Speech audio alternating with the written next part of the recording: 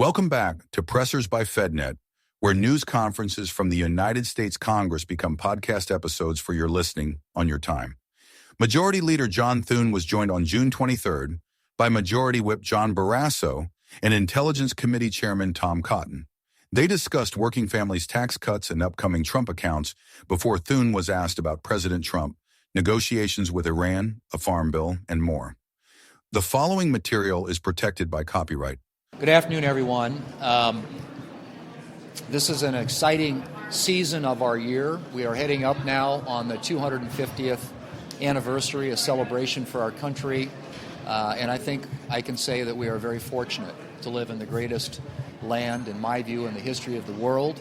And we can be enormously thankful and grateful to those who have come before us, who have sacrificed and served to make that possible for the rest of us.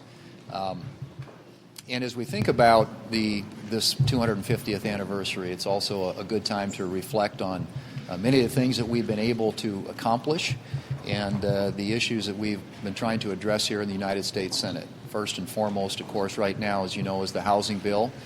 Just passed. It's going to be taken up by the House later and hopefully signed into law by the President. It gets at the very heart of an issue that I think is really important to the American people, and that's the issue of affordability. Home ownership has always been considered to be part of that American dream. And to be able to, put your flag in the ground and have some place where you can take care of your family, this legislation is going to make that more possible. And I can't think of anything that is a better way to celebrate the 250th anniversary of this country than making it easier for people to pursue the American dream of home ownership. And as we think about wrapping up this session of the Congress, and as we get into the upcoming election, Republicans continue to stay focused on keeping our country safe, on safe streets, on having the American people have more money in their pockets and better opportunities to get ahead. That's what our focus has been and will continue to be, and we look forward to the days ahead and hopefully more victories for the American people. Senator Barrasso, the whip. Well, we are getting ready to celebrate the 250th birthday of the nation, and of course it's the 250th anniversary of the signing of the Declaration of Independence. When you take a look at this, it's as iconic. It is a piece of art.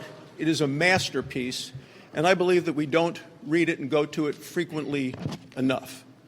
Basically, it's a letter of complaint to the King of England, and it says, you've done this, and you've done this, and you've done that, and we are now done with you. People were very religious. They talked 4 times in this about the Creator. We are endowed by our Creator with certain unalienable rights, including life, liberty, and the pursuit of happiness. It says the power comes from God, not from the king. And then we as individuals loan that power to the government. It talks about freedom, it talks about liberty, and we use those words interchangeably. But in fact, they're different. Freedom is we're freedom to say and do and think what we want. Liberty means those are guaranteed, protected rights that we all have. 56 individuals signed this. The oldest was Ben Franklin, and he was 70. 3 people signed it who were 26 years old. Of course, right down there is John Hancock. The famous John Hancock signed it in the center, saying the king could see who it was. He'd be the one that he'd come after first. There's a man named Stephen Hopkins, and you see his signature, he was moving his hand, and it's crooked, and he wrote it in a way. He said, because he had a tremor, a medical tremor, and he said, "My hand trembles, my heart does not." They end this by saying, "We pledge our life, our fortunes, and our sacred honor," and they pledge it to each other and to all of us. And as a result of 250 years, we have had freedom, liberty, and American greatness. And because of this great document, our best days are still ahead. And let me just reiterate, that was 250 years ago. A year ago, we passed the Working Families Tax Cuts legislation, and we will celebrate the 1-year anniversary of that on July 1st here in the Senate. But one of the things that came out of that were these Trump accounts, and those Trump accounts go live on July 4th, and that's an opportunity for people in this country to save and to provide a better future for their kids. And so that was just one feature of the many that were included in that legislation. And so we will be celebrating 250 years of American history and freedom, and the sacrifices that those who came before us made. We'll also be celebrating the one-year anniversary of the Working Families Tax Cuts legislation. Leader Thune, you've expressed your frustrations with the president about how he handled FISA, about how he handled Jay Clayton, dealing with the fund for the rioters. Do you have to express to the president some of your frustration with him, the idea that he's been jerking the Senate around the past couple of weeks? Look, we have very candid conversations. I am very direct with the president. I shoot straight with him, and vice versa. And, we at times have differences of opinion. But I think the important thing is the issues that really matter to the future of this country and to the American people, we have been united on. And we continue, as we move forward, to look for those opportunities where this team can pull together, House, Senate, and President and his team in the White House, on issues that are going to make this country safer and stronger and more prosperous. And so the conversations that we have about those issues are regular. And yes, and sometimes we have differences of opinion, but the one thing that we all agree on is we have an alignment of incentives. And as I said before, that's to keep the country safe, to put more money in the pockets of the American people, and to give them better opportunities to get ahead. Are you okay with the firings that are underway in the intelligence community by Bill Pulte and Senator Cotton? Are you okay with those firings as well?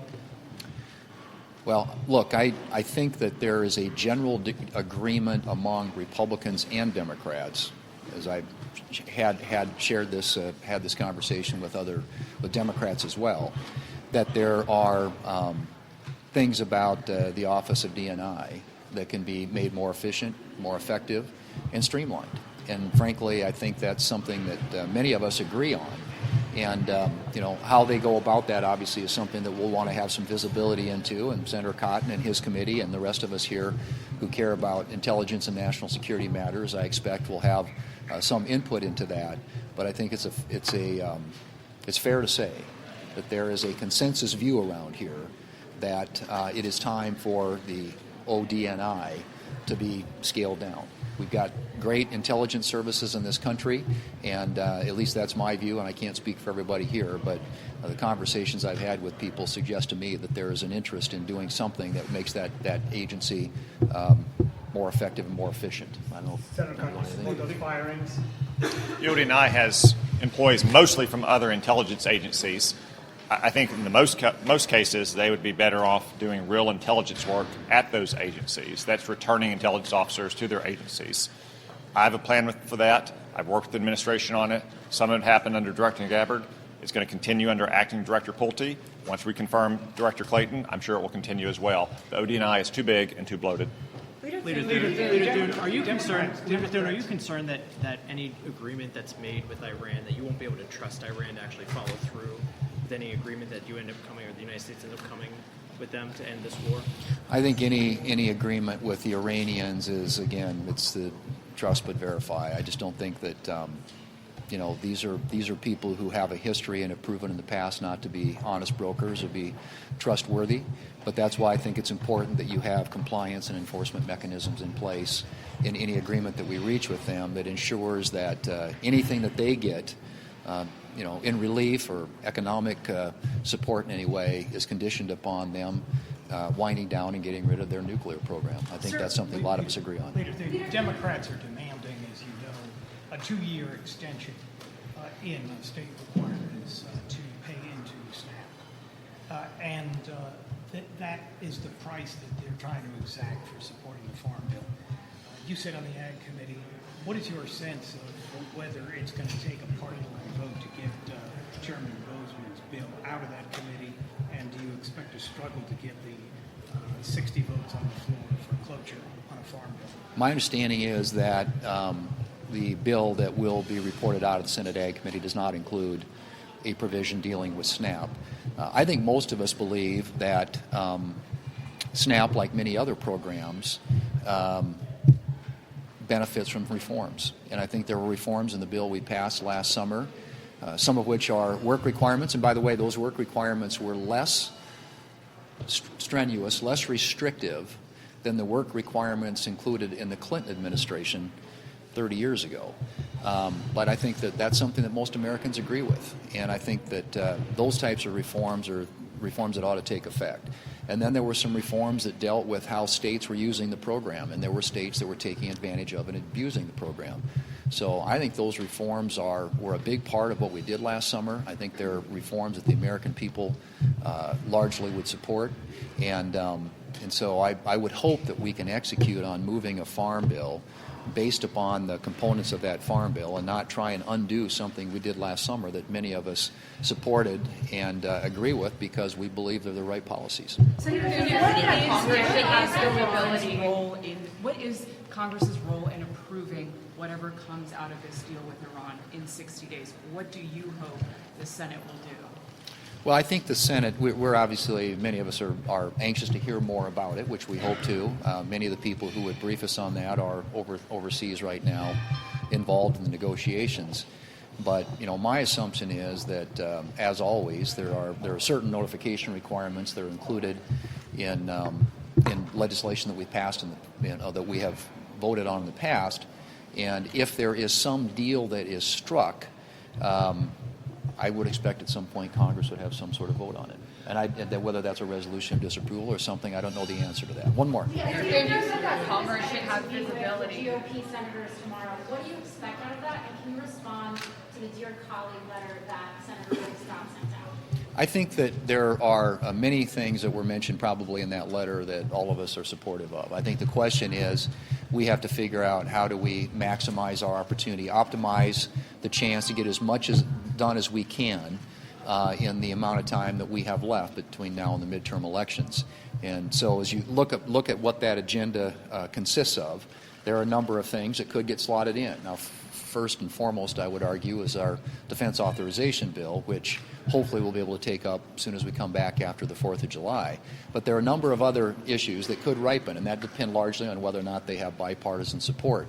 But I'm hoping that as we sit down and meet as a family, as a team, that we can look at some of the things that we all want to work together on to try and get done before this election. And there are things that I believe will create a record of accomplishment that our candidates can run on and that will enable us to take an argument to the American people that will persuade them that they want to keep majorities here in Congress, in the United States Senate, and in the House that are Republican, to work with this president to get good things done for this country.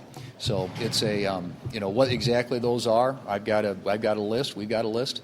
It's all going to depend largely on what comes together in the next few weeks. But I can assure you we're going to be active and busy and trying to create that record of accomplishment. Will you be at the meeting, sir? Will you be at the meeting, sir? For their part, Senate Democrats Amy Klobuchar and Richard Blumenthal joined Minority Leader Chuck Schumer shortly thereafter. They criticized the Trump administration's handling of the war with Iran, its concealed costs and international repercussions, the Save America Act's potential impact, and more. Okay, good afternoon, everyone. Thanks for waiting. Thank you to Senators Blumenthal and Klobuchar for joining us, or Klobuchar and Blumenthal, not seniority, but leadership. Got to get it the right way. For joining us today.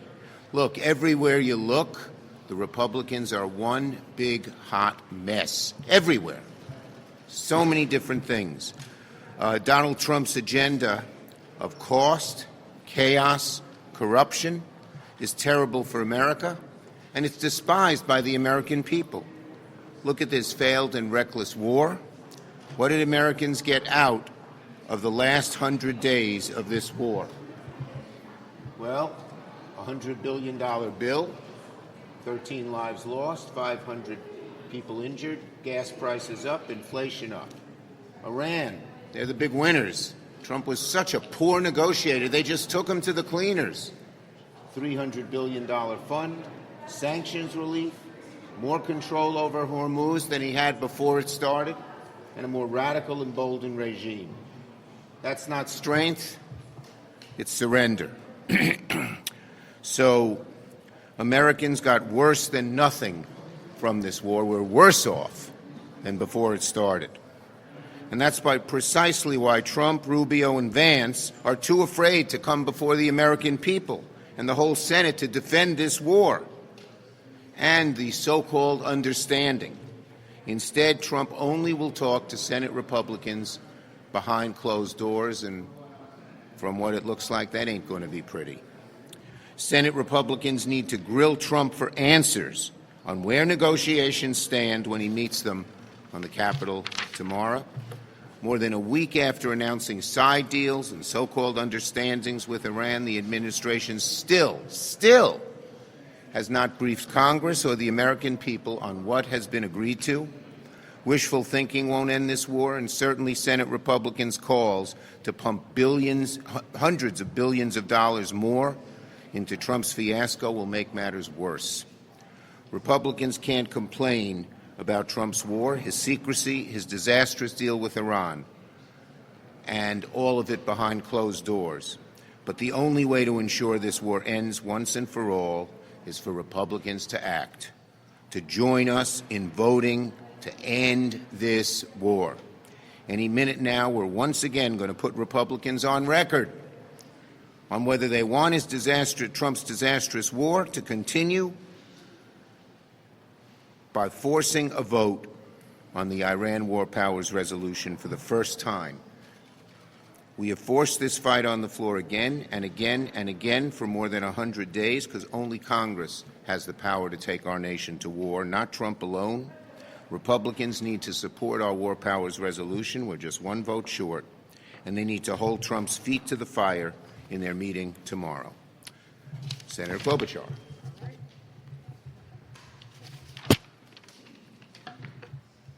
Thank you, Chuck. So what is this about?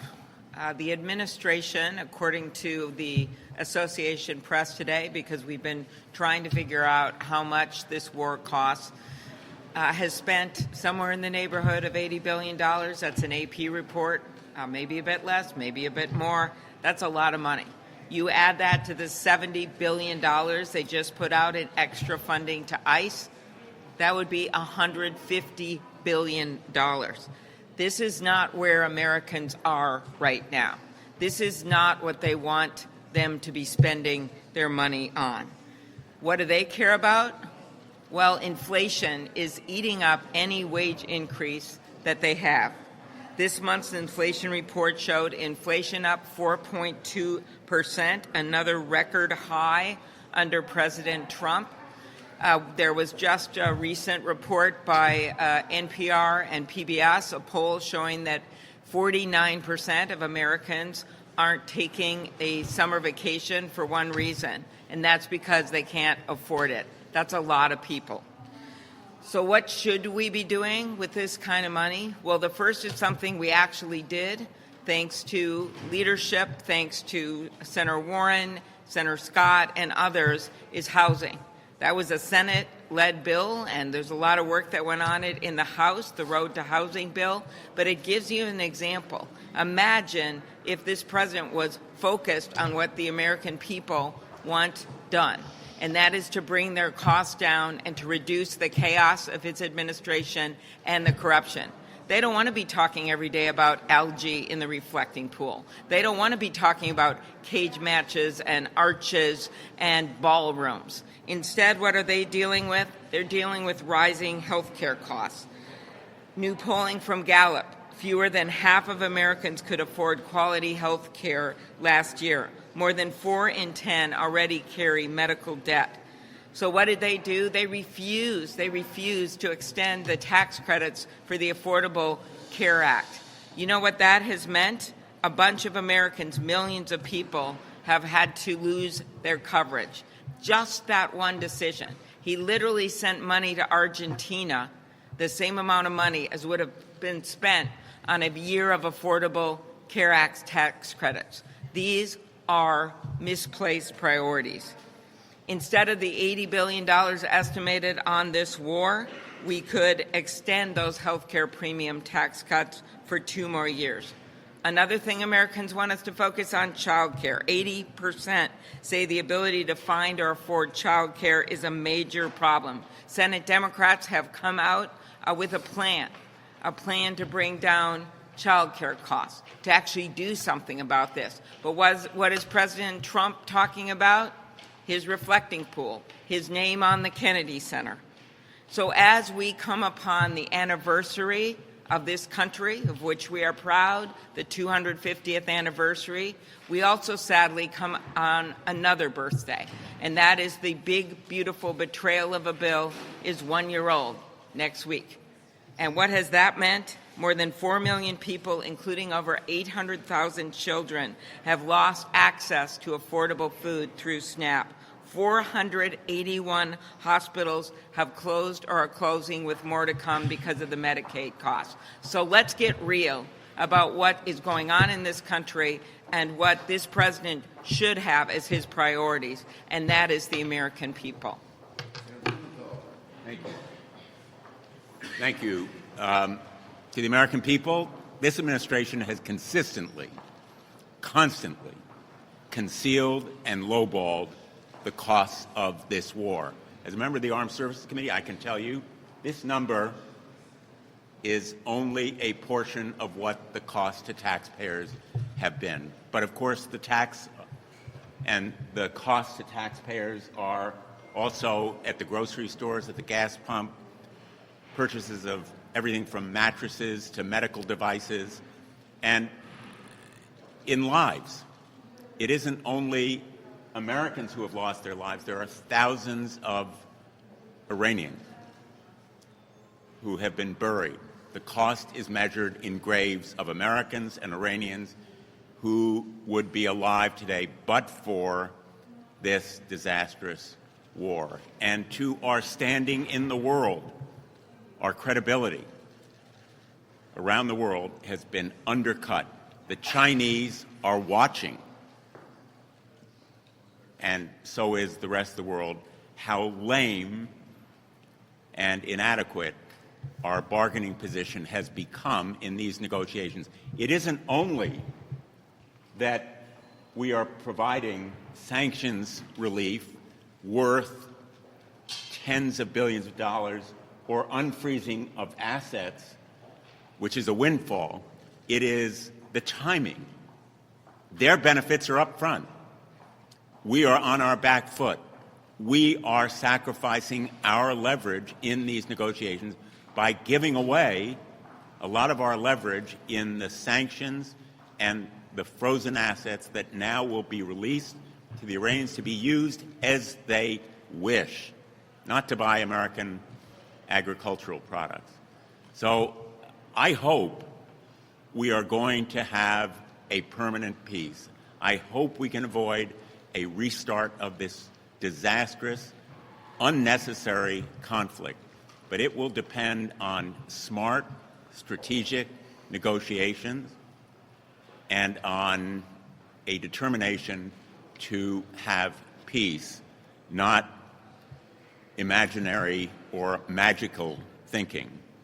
Republicans should join us this afternoon in this war powers resolution. It is the path for Congress to signal that we want an end to this conflict and for bipartisan support in ending it.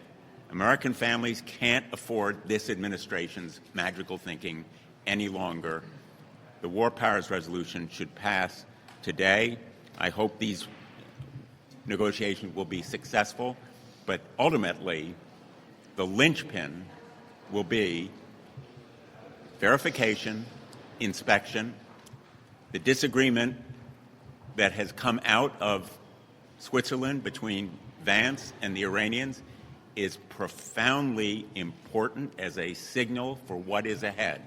Because if the Iranians don't allow ironclad, airtight inspection, there will be no agreement, and any agreement should come to Congress. Thank you. Good afternoon. Thank you. Republicans contend that the Save America Act is popular with the public here.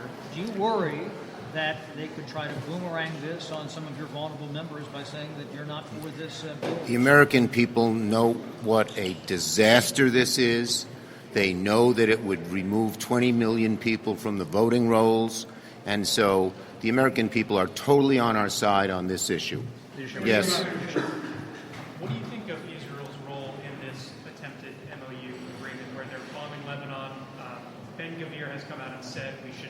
Look, this war is disgusting, and we hate it, and it should be ended immediately. Yes, back there.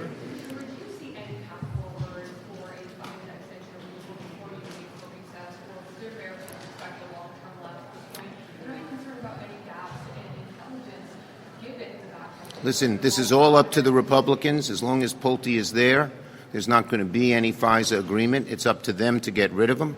I hope at the lunch tomorrow, the Republicans make that clear to them. Yes. Do you plan on endorsing Graham Plattner? Do you think he wants your endorsement? Look, the bottom line is we are going to beat Susan Collins, and we are going to win the Senate. This program is copyrighted by Federal Network, Incorporated, and provided only for informational and educational purposes. Thanks for listening to this FedNet podcast.